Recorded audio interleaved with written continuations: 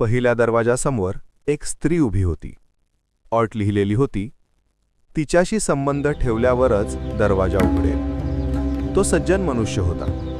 त्याला हे पाप वाटले आणि तो पुढे निघून गेला. दुसरे दरवाजा. तिथे एक गाय बांधलेली होती. अट होती, गाईला लाथ मारल्याशिवाय दरवाजा उघडणार नाही. गाईला मारणे अधर्म समजून तो तिथूनही पुढे गेला. तिसरे दरवाजा. तिथे मांस ठेवलेले होते.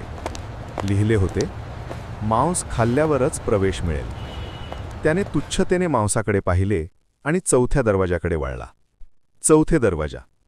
तिथे दारूची एक बाटली ठेवलेली होती.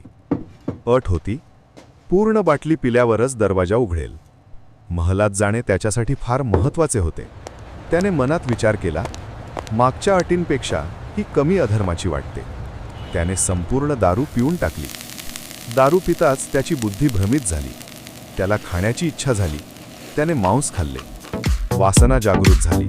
त्याने त्या स्त्रीशी संबंध ठेवले. रागाच्या भरात त्याने गाईला लाथही मारली आणि शेवटी तो महलात प्रवेश केला. नीती, बोध. दारूमुळे त्याच्याकडून ती तीनही कृत्ये घडली, जी तो आयुष्यभर कधीच करणार नव्हता. म्हणून दारूला कधीही हलक्यात घेऊ नका. ती माणसाची बुद्धी, कुटुंब, नाती, संपत्ती, आरोग्य आणि वर्षानुवर्ष साठवलेले पुण्य क्षणात नष्ट करू शकते. अरे भावा, मनापासून एक सांगायचंय, ही दारू तुझ्यासाठी नाही रे. तू मनाने चांगला आहेस, हसतमुख आहेस, सगळ्यांना आपलंसं करणार आहेस. पण या व्यसनामुळे तू हळूहळू स्वतःलाच हरवत चाललायस. तुझं हसू कमी होत आहे, डोळ्यांतील चमक मंदावत चालली आहे आणि तुझ्या स्वभावात बदल दिसू लागलेत. घरात कोणी उघडपणे काही बोलत नाही, कारण सगळ्यांना तुझी काळजी आहे. पण प्रत्येकाच्या मनात एकच प्रश्न आहे, हे काय चाललंय? आई रात्री उशिरा देवासमोर हात जोडून बसते. तिच्या ओठांवर एकच प्रार्थना असते, माझ्या पोराला वाचव. तिच्या डोळ्यांतली चिंता आणि अस्वस्थता तुला दिसत नाही का?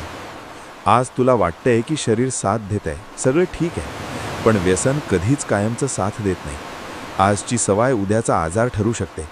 आज आरशात पाहताना तुला स्वतःची ओळख पटते, पण जर असंच चालू राहिलं तर उद्या स्वतःलाच ओळखणं कठीण जाईल. आरोग्य, प्रतिष्ठा आणि नाती हे सगळं नकळत हातातून निसटू शकतं. मी तुला ओरडत नाही, तक्रार करत नाही, फक्त मोठा भाऊ म्हणून सांगतोय, थांब रे भावा. अजून वेळ गेलेली नाही.